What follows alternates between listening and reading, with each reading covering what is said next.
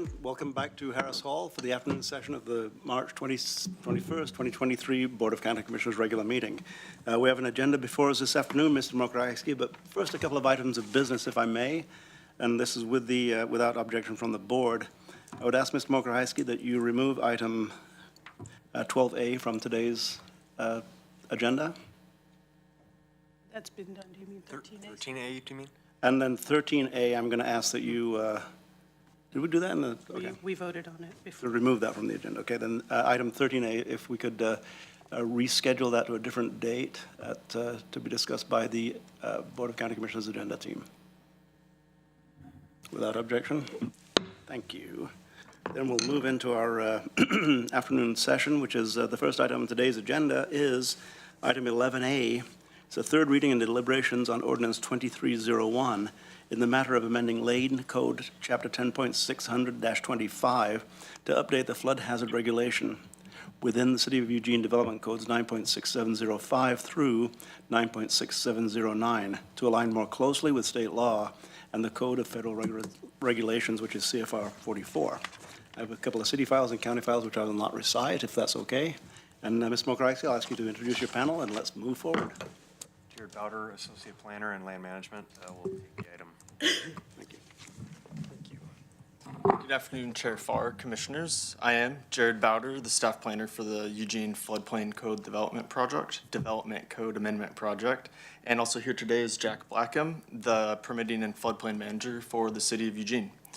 The item before you is a third reading of the ordinance, and today the board's being asked to adopt amendments to Lane Code Chapter 10 that would adopt amendments to the floodplain regulations within the Eugene Development Code. Chapter 10 applies within the urban growth boundary and outside of the city limits, and through an urban transition agreement, the City of Eugene administers the land use regulations in this urbanizable area. The item was last before the board on March 7th, 2023, when the board conducted a public hearing on the proposed code amendments. No public testimony was received, and the public hearing and record were closed. The board directed staff to return today for the third reading and deliberations. On March 8th, the of Eugene City Council voted unanimously to adopt the city ordinance number 20684, which amended the Eugene Development Code consistent with what was presented at the public hearing on March 7th. Staff recommends option 1 in the agenda cover memo for this item for the board to motion to approve ordinance 2301 as presented. That does conclude my staff report, and we're available for any questions. Thank you very much. Mr. Bowder and Mr. Blackham, welcome back to Harris Hall. It's good to see you. Thank you so much. All right, then at this point, we'll ask if there are any questions from the board. But first, I'll say, if for anybody watching online, if you click on View 2723 material, you'll see the material the board moved forward on 2 weeks ago today. And then View New Material, you'll see what we looked at before we came to this meeting today and are in preparation for the discussion. So to the board, any discussion? Not a lot going on up here. Vice Chair Trieger.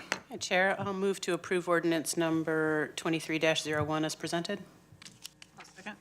Moved by Vice Chair Trieger and seconded by Commissioner Buck. Discussion to the motion. I do have a question. I asked you this question last time, so you're prepared to answer. The regulations that we're passing today, that we're voting on today, do they meet or do they exceed regulations?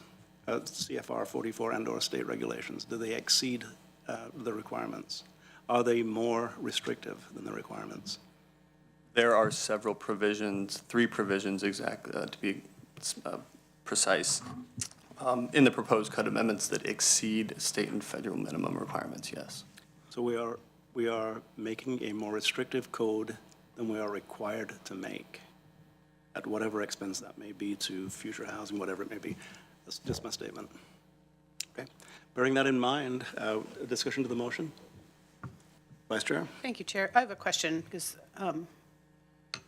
the Chair used the word more restrictive. Is that how you would describe it as well? Or how might you describe the state law set a floor and we're going beyond that? How would you describe? Thanks. I don't believe you were at the previous meeting. There were a couple provisions that are above, that are exceeding minimum standards. So Department of Land Conservation and Development comes up with a model code which meets the minimum requirements set forth for development. for National Flood Insurance Program standards. Two of those optional standards were an elective process that are not required for applicants to go through. Those are for letters of map changes if they want to get removed. There was a provision for, which is already in existing code, for freeboard requirement, which is for an additional factor, it's an additional factor of safety that's applied to the base flood elevation. And this does a number of things. The first one, and primarily what it does, is we're part of the city and county are part of what's called the community rating system. And we do a lot of work through our floodplain program to provide the CRS, community rating system, with information and work showing that we're exceeding standards, not just in floodplain code, but just in the work that we do as a floodplain program.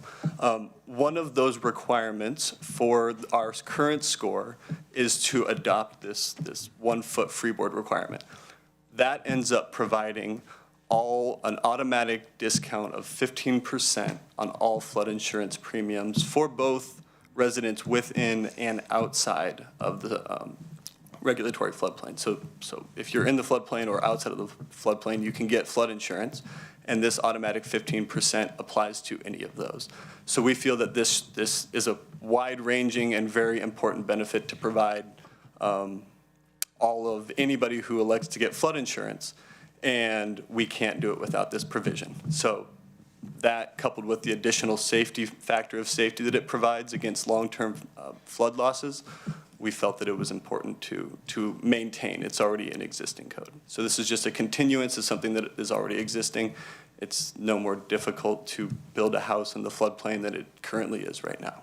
Great, thank you for that, pardon, clarification. I did my best to watch all the content of the meeting I missed, but I did skip forward on some things and relied on the materials. So thank you for that answer, I appreciate it. And thank you for that clarification, which I did not ask for, but that's essentially what you said last time. And my contention and my question simply was, previous code, as existing code, as we're passing, it does, there are more requirements on it than we need to put on, than we are required by law to put on. Which means, in my words alone, and you can take me to task on this, it makes it more expensive to put a front door in Lane County. Thank you. Then I'll, with no further discussion, I'll call for the vote. All those in, excuse me, Ms. Mokrice, this is ordinance 2301. It requires a roll call vote. Is there a motion in a second? Yes, moved by Vice Chair Trieger and seconded by Commissioner Buck. Commissioner Lovall, Aye. Commissioner Senega, Aye. Commissioner Buck, Aye. Commissioner Trieger, Aye. and Commissioner Farr. Aye. Passes unanimously. Thank you very much. And thank you for your courtesy. Thank you for answering my repetitive questions. You'll hear it again. You'll hear that question often. They're all important. They Thank are, you so in much. fact. Thank you very much. Thank you, All Chair right, Farr, then, Commissioners. thank you very much. Mr. Mokrice will move down the agenda to order 230321-08 in the matter of setting a public hearing for the surrender of South 6th Street, County Road number 538, to the city of Cottage Grove. And we have some recitations there, which I will not recite.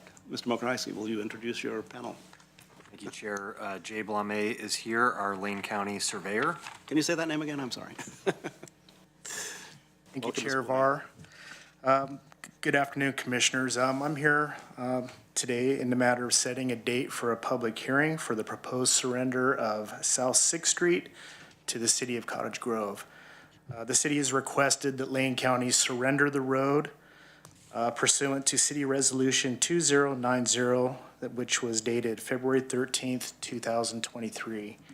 As required by ORS Chapter 373, it's required that a date for a public hearing be set to allow public testimony be entered into the public record. Our office would like to propose a date of April 25th, 2023 at 1:30 p.m. time certain for the public hearing. This date will allow our office sufficient time to provide proper postings in the manner and timeframes required by law. At this time, I'd like to turn this matter back over to you for discussion. Thank you very much, Mr. Blame. Discussion, any questions for Ms. Blame? Mr. Ryan Senega. Commissioner Senega, excuse me. You're both correct. So is this road to Cottage Grove's code, or do we have to get it to code, or they adopt it as is? They adopt it as is, yeah. The city initiates this process, so if the city wants the road, then they will request that Lane County surrender the road. As to whether or not it's currently to the city's standard, I really don't know. Perfect, thank you.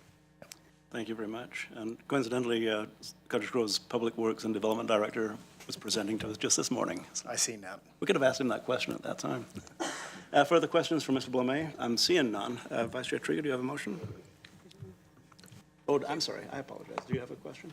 I don't have a question, but I can Okay. make a motion. Then will you make a motion, please? All right, thank you, Chair.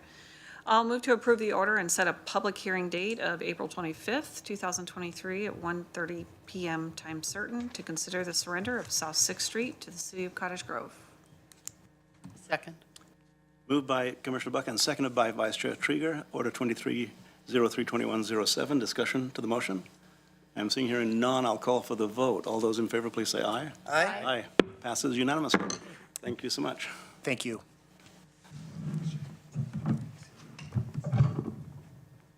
Then, Ms. Markowski, we're moving on to item 11C on today's agenda, which is whether to amend Lane Code Chapter 14 to limit approval timeline extensions for resource dwellings to less than 5 additional 1-year extensions.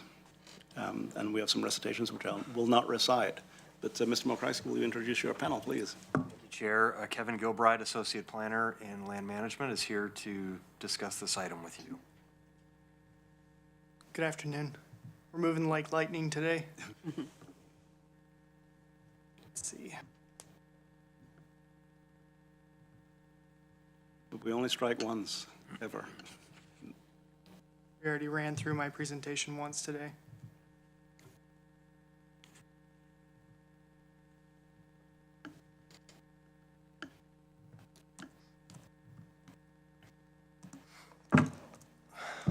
All right.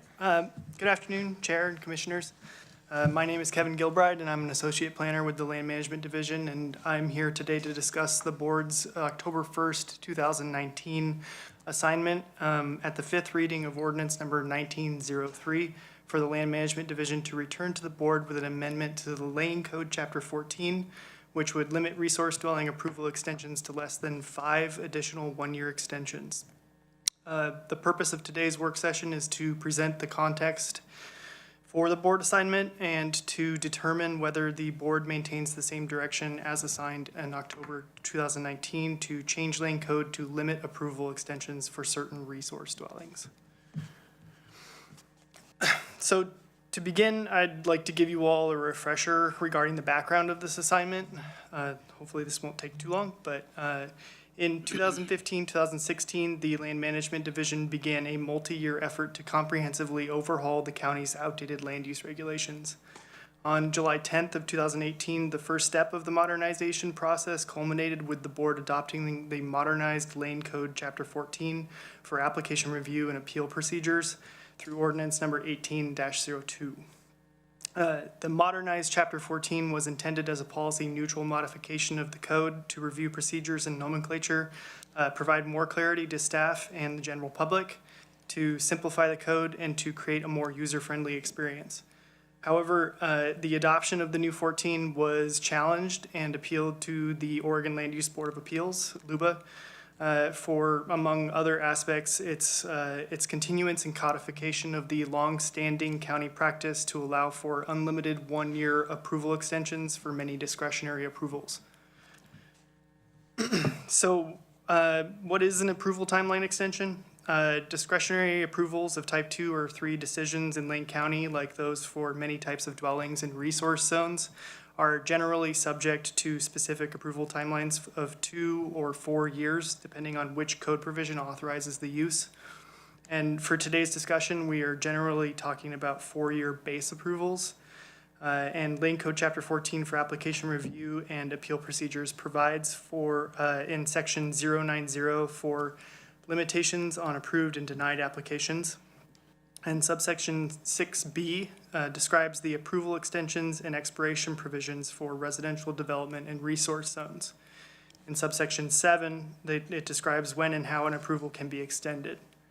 An approval timeline extension is the extension of the period of time that a discretionary approval of a final land use decision remains active.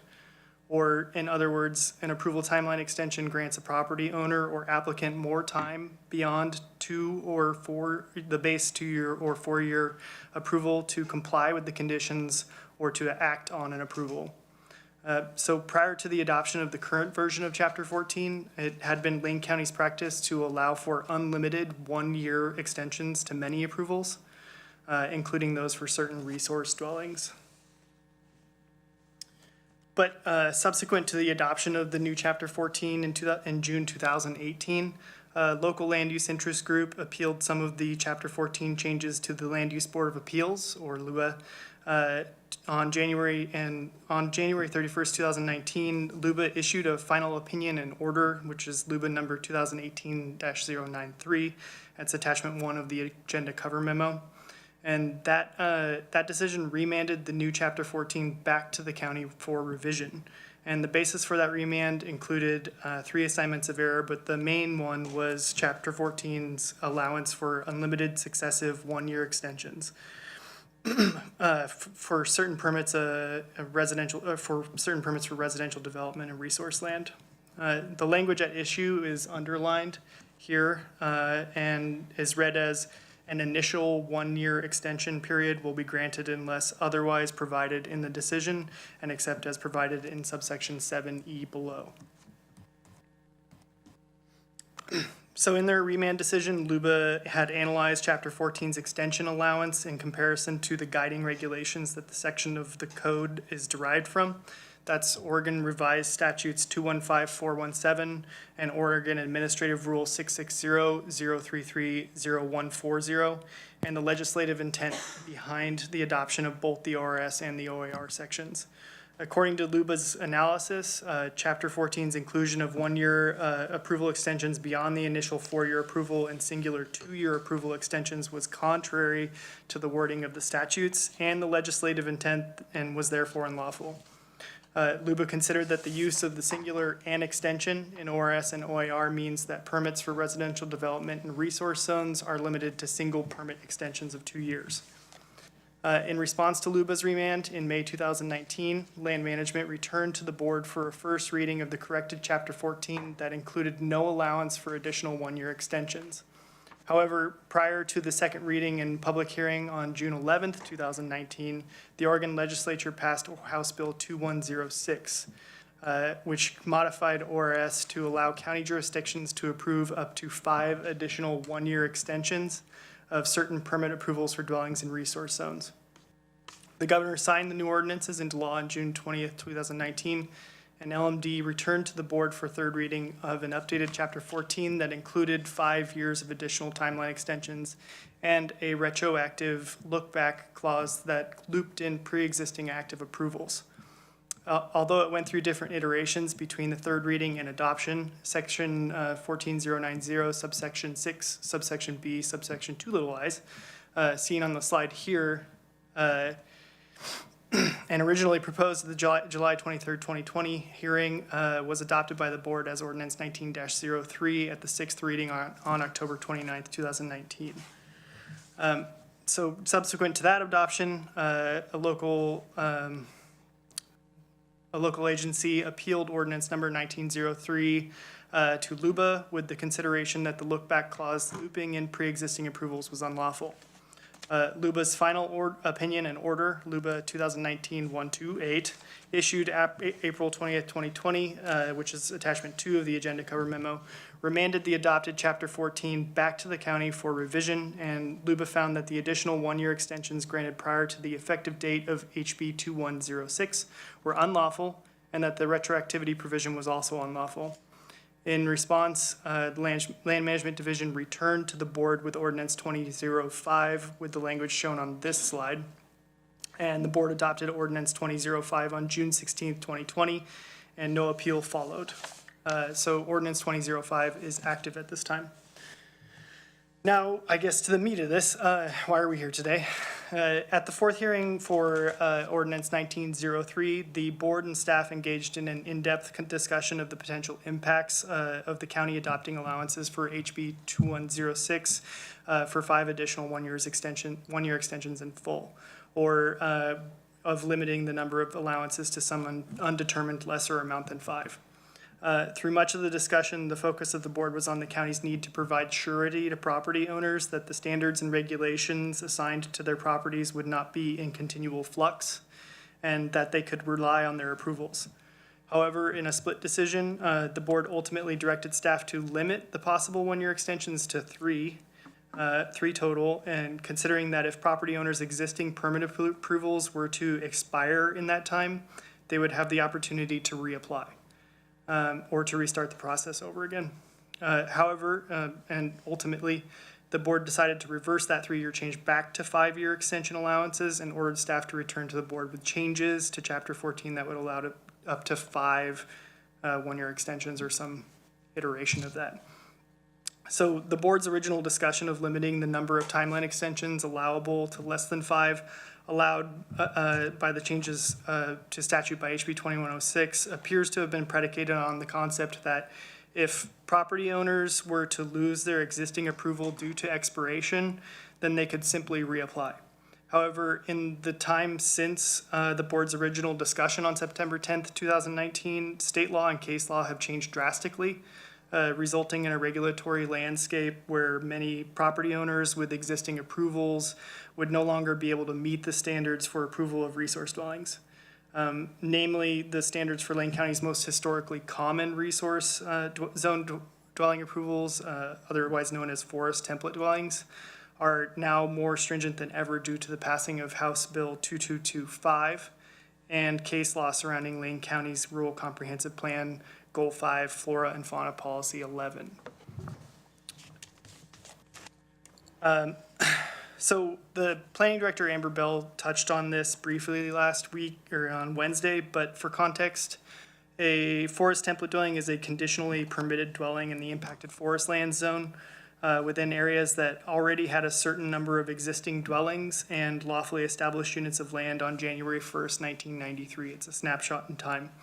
The template area is a 160-acre square centered on the subject tract, or if the property abuts a road or a perennial stream, it's a 160-acre rectangle centered on the subject tract and aligned with the road or stream. The test is a measurement of the number of dwellings and lawfully established units of land that existed within the template area on January 1st, 1993. And the threshold for meeting the test requirements is based on the productivity for timber production of the majority of soils on the subject tract, measured in cubic feet per acre per year of possible production of volume of wood fiber. So these applications require a type 2 permitting process and are subject to appeals. So a common practice in Lane County to meet the template requirements was for property owners of large tracts of multiple lawfully established units of land to reconfigure and or relocate their properties through property line adjustment processes to a new configuration or location that meets the requirements for dwellings and lawfully established units of land counts within the 160-acre area. However, on July 2nd, 2019, the Oregon legislature enacted House Bill 2225, which became effective in Lane County on January 1st, 2020. And HB 2225 changed certain requirements for forest template dwellings, including it required the 160-acre template to be centered on the mathematical centroid of the tract.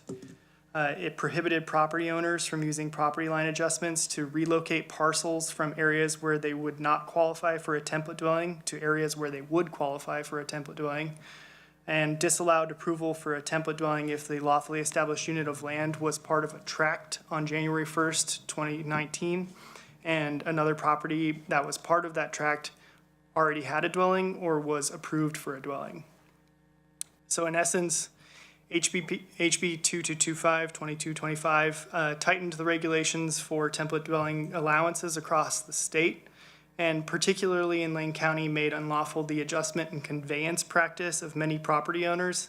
And if their approvals were to expire today, many would not be capable of receiving a new approval under that House bill.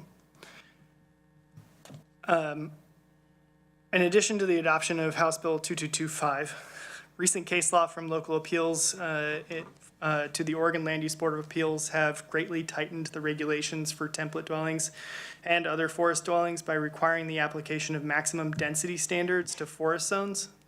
In what we refer to as the Nimkish, King, and Hendrickson decisions, LUBA clarified the applicability of the Lane County Rural Comprehensive Plan Goal 5, Flora and Fauna Policy 11. Policy 11 states that the Oregon Department of Fish and Wildlife recommendations on overall residential density for protection of big game shall be used to determine the allowable number of residential units within regions of the county.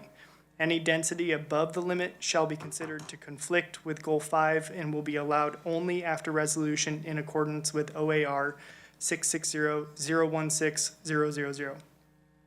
The Oregon Department of Fish and Wildlife recommendations referenced in Policy 7 consist of an overall residential density standard of 1 dwelling per 80 acres in major big game habitat and 1 dwelling per 40 acres in peripheral big game habitat.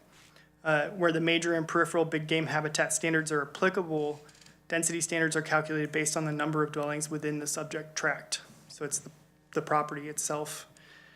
The result of the LUBA decisions regarding the applicability of Policy 11 is that a land use decision for the addition of a dwelling that does not meet the density standards could only be approved after the resolution of the conflict in accordance with OAR 660-016-005 and 0010, and that's through a economic, social, environmental, and energy analysis. It's called an EASY analysis. An EASY analysis requires a Type 4 land use application process to amend the Rural Comprehensive Plan Goal 5 Natural Resource Protection Program. And if completed, a property owner would still need to follow an EASY analysis with a Type 2 application for template dwelling approval. So as in many cases, and in contrast to the realities present at the time of the board assignment, to reduce the allowance for timeline extensions in October 2019, if an active approval were to expire at this time, reapplication under current standards may require an extensive, expensive, or process, or may not be approvable at all. So ultimately, the total number of template dwelling or specific approvals that could be affected looks similar to the graph shown here. The graph shows that approximately 254 total template dwelling approvals are eligible for approval timeline extensions beyond the base 4-year approval and 2-year extension.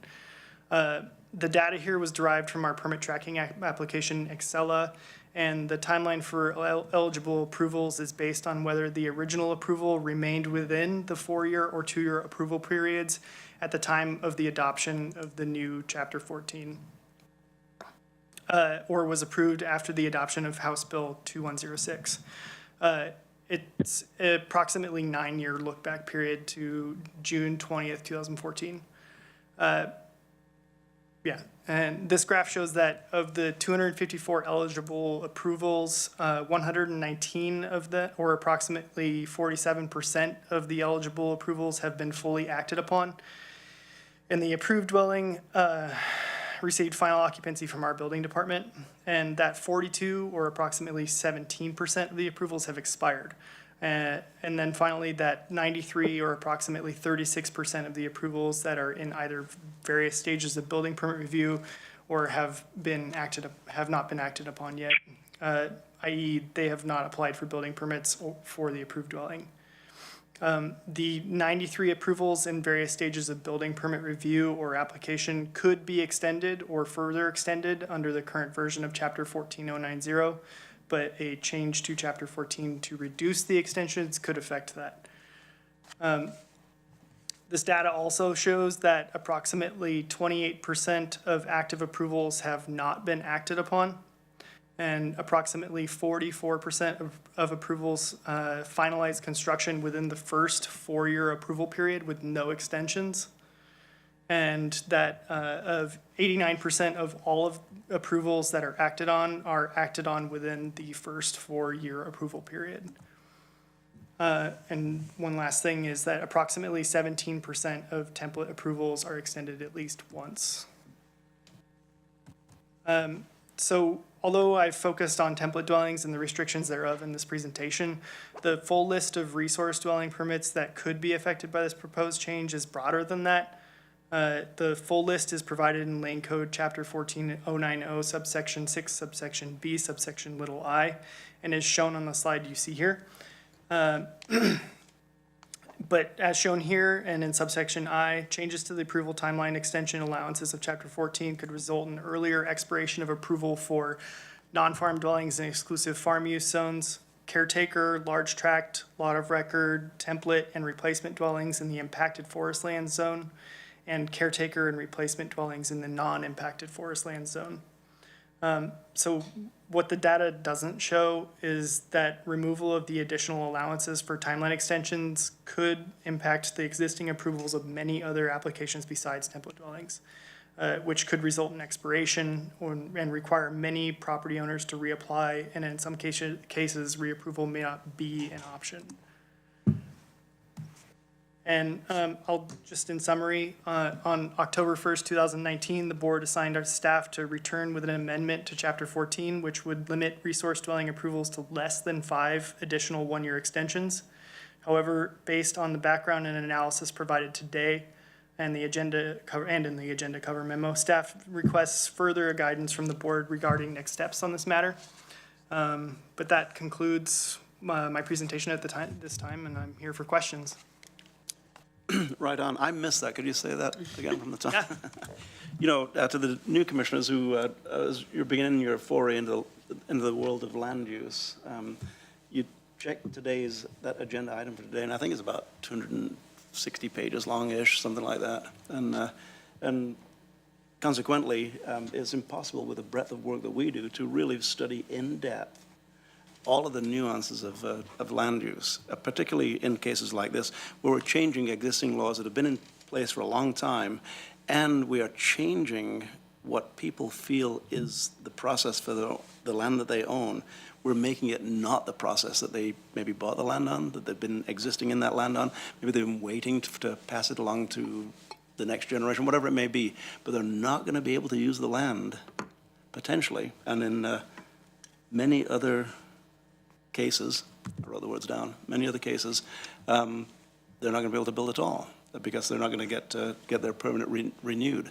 Their permit will expire because we're continuing to put more restrictions on how long they can extend the permit, and it may expire, meaning that they will not be able to build a house that they maybe for a generation have thought they might be able to build a house on, waiting for the capital to accrue, waiting for whatever it takes to help them to build that house. Is that a fair statement? Yeah, that's a potential outcome if we did engage in this code change. Yeah, and the way I interpret my words is that we are making it harder to put front doors. All the time, while we wring our hands that people are homeless, people are needing front doors, we make it harder to put front doors up. I'm not blaming you, I'm not blaming anybody, and I'm going to vote yes on this. You know, but the fact is, whether it's the state through House Bill 2225 from 2019, which was enrolled, whether it's them with that particular restriction, tightening of restrictions or enhancing of the requirements, or whether it's the localities, whether it's the city of Eugene, whether it's the Lane County, every time we don't allow a couple of houses to be built, at some point that adds up to a lot of houses. And in this cases, what you had stated was, and I have it down here, where did I write it? Many other cases, 36% have not been acted upon right now. Many of which potentially could, their permits could expire and they will not be reissued. Those are kind of quotations, don't have marks around, but it's kind of what you said in some of the language. So that being said, I'm going to open it for further discussion from the board at this point in time, and turn it over. I'll look around to my left and my right. Who wants to speak next? Or are we done? Yeah, thank you. That was awesome information. I followed it up until the very end when we left you at the donut shop there. So, no, it was good. But there's a couple things I had. This questions was, what's the longest outstanding permit extension we're now undergoing? What's the one that is the highest one? Well, we used to have ones that had been extended but for 17 years, but because of the changes to the code and to because of LUBA's remands to our changes to the code, those all expired or were acted upon. So under the current code, which allows for 5 individual 1-year extensions beyond the base 4 and 2-year extension, we have, I think the oldest one I saw had 3 1-year extensions.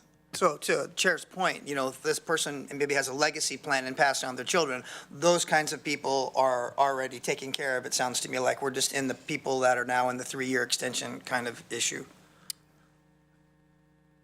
You could interpret it that way, or you could say that the people who had that plan were impacted by the changes to Chapter 14 in 2020, and then they had to either go through a new approval process, and now they're under the current allowances, or they just lost that original allowance. So given the fact that you said we have 93 of those template dwellings that are still outstanding, that are kind of in flux, you know, approving permits, under review, that sort of thing, and then you said an unknown number of others. I'm just kind of curious what that unknown number of others, because basically in my mind, I'm thinking, if we pass this, how many people are going to be affected immediately by not being able to do what they started to do? For whatever reason, they're now behind in some timeline. Yeah, the unknown number of others is different kinds of, the other dwellings that are allowed to be extended by that subsection 090, subsection B, subsection 6, subsection B, subsection little I. It could be a caretaker dwelling, it could be a lot of record dwelling, or a replacement dwelling in the forest zones. And I said unknown because there are so many verification of replacement rights that have happened in the forest zone that pulling that data would take too much time. And I would estimate it in the hundreds. If we have 254 eligible template dwelling approvals, verification of replacement rights are a more common application. And so that's why I said unknown number of other. So we could be talking 300 maybe? It's possible. I'm reluctant to like put a hard number on it, but it's possible. Yeah, well, that reluctance is kind of in my mind too about approving this if I'm going to strand 300 people from not being able to Right. complete their project. So that's my concern. And I would say that it's a slightly different process as well. A verification of replacement rights is just verifying that there was an existing dwelling on the property that was placed lawfully at some point and remains lawful at this time, and it gives you the right to replace it. So if something like that expires, then in many cases, you can get a reapproval, as long as you still meet the requirements. And the requirements haven't changed in the same way that template dwelling requirements have. So it's a little more of a case like it was in 2019 when the board was more willing to limit the approvals because you can get a reapproval. But it is a lot, is what I would agree with you on that. Thank you. Thank you, Commissioner, and Mr. Gilbride, marvelous. I mean, your words are just about understandable. No, I mean, you're doing a really good job of speaking in terms that we understand, because we are lay people typically, and you are a professional, and this is what you do for a living, and you do it very well. Thank you. Further from the board? One more, Chair, sorry.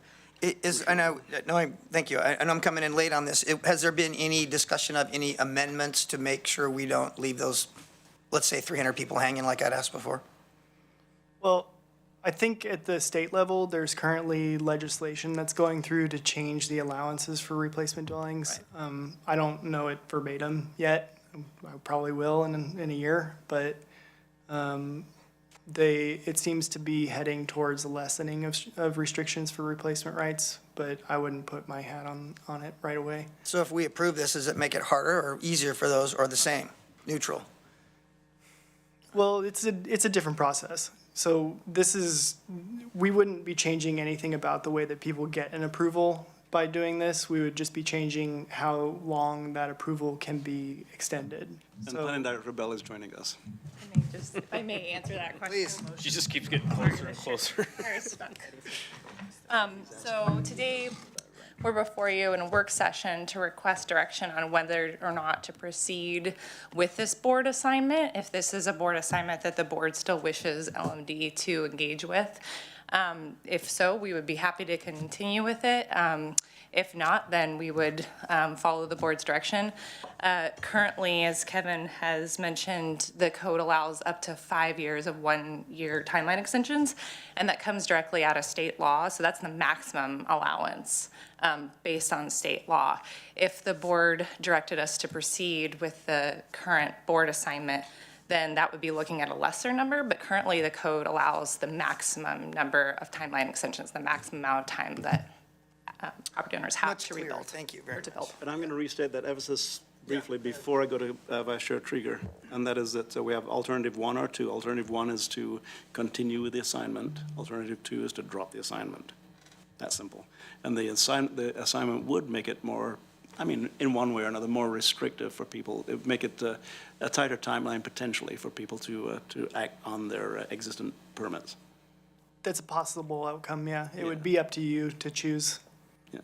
And option 2 would, it wouldn't be an outcome. Okay, Vice Chair Trieger. Thank you, Chair.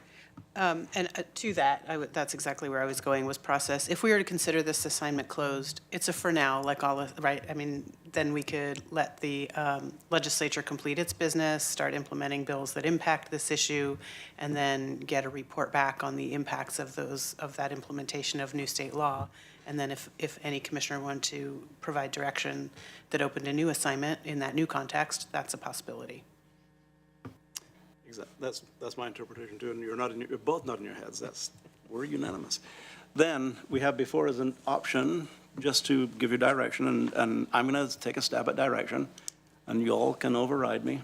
My direction is remove the October 2019 board assignment from the list of assignments, option 2, and that's what I would prescribe. Okay, looks like you have your marching orders, so to speak. All right, Director Bell, thank you for being here. Mr. Gilbride, thank you so much. Thank you. Planning Director Bell, to be more specific. Then let us move down our agenda. Item 13 and 14 will not be on today's agenda. We're on 12 and 13 will not be. So we move to item 14. And as always, thank you, Commissioner Trieger, Vice Chair Trieger, which is Commissioner's announcements, Commissioner Business announcement. Do we have any announcements? This is not agenda requests yet, although we often do more. I see no announcements at this point in time, so we'll move along to future board assignment requests. Those two. Commissioner Lovell. Yes, thank you, Chair. I have 2.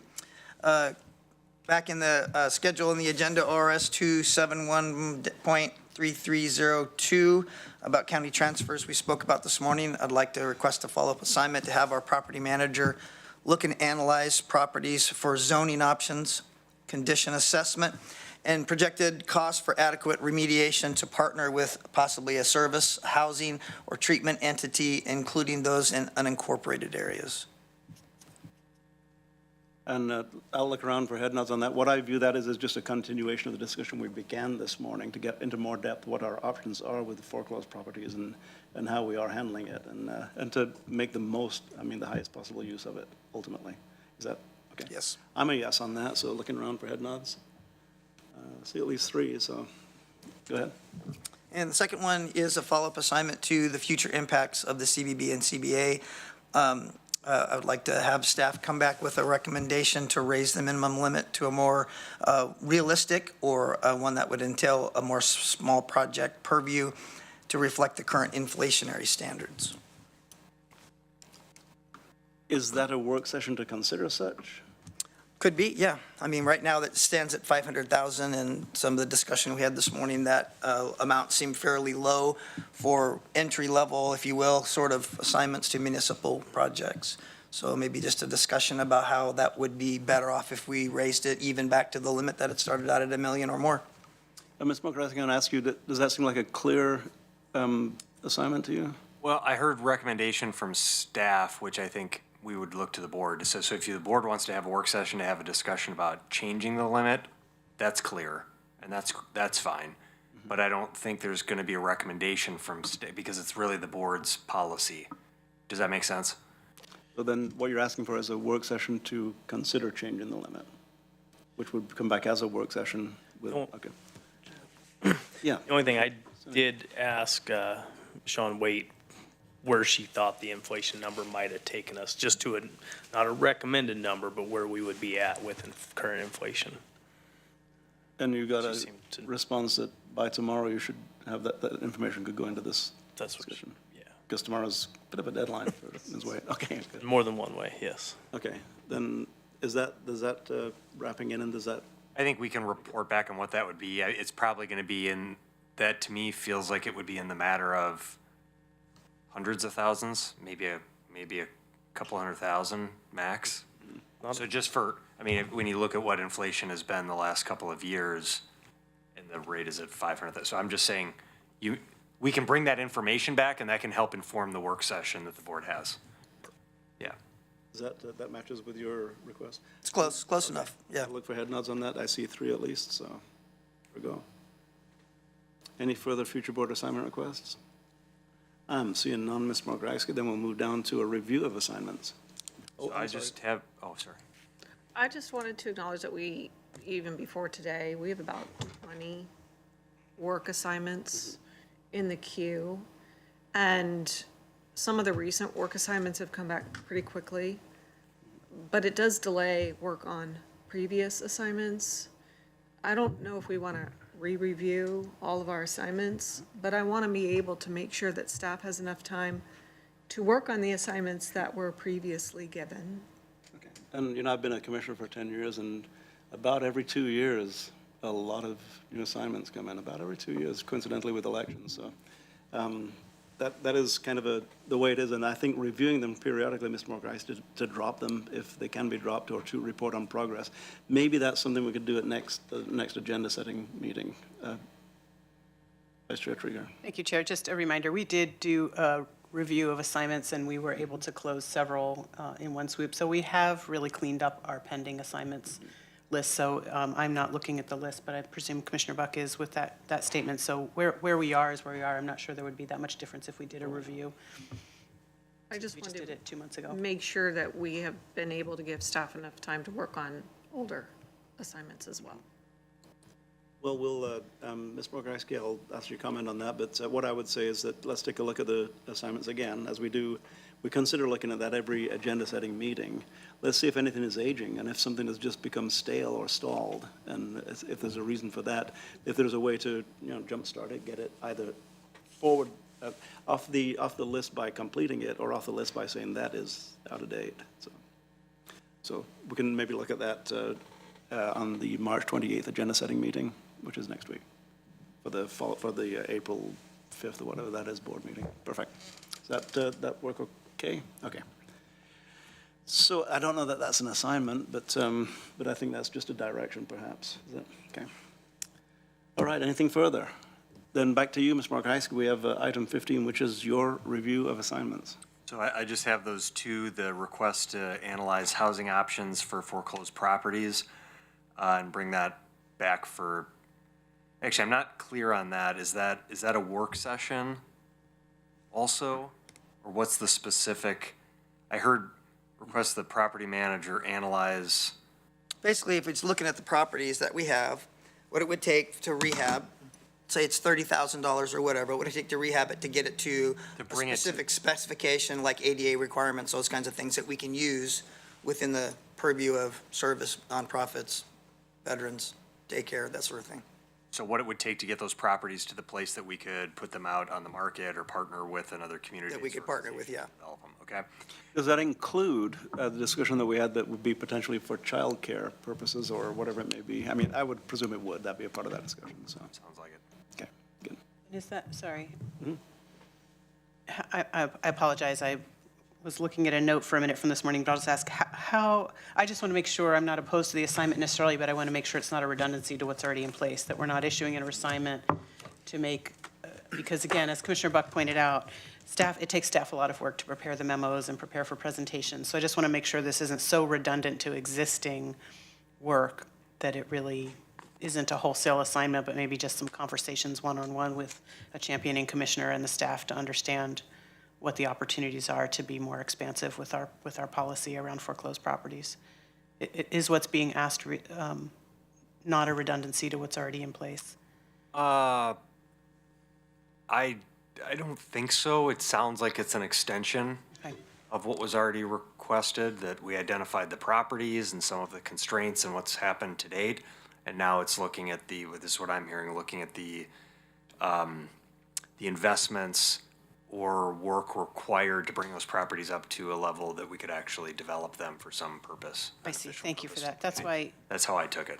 I appreciate, when you restate assignments, they always make more sense than when they come out of any one of our. Especially if it's out of So I my appreciate that, because I know I often have a lot of thinking in my head that I presume other people can understand. So thank you for that interpretation, that clarification, that scoping of the assignment. That makes sense to me. Thank you.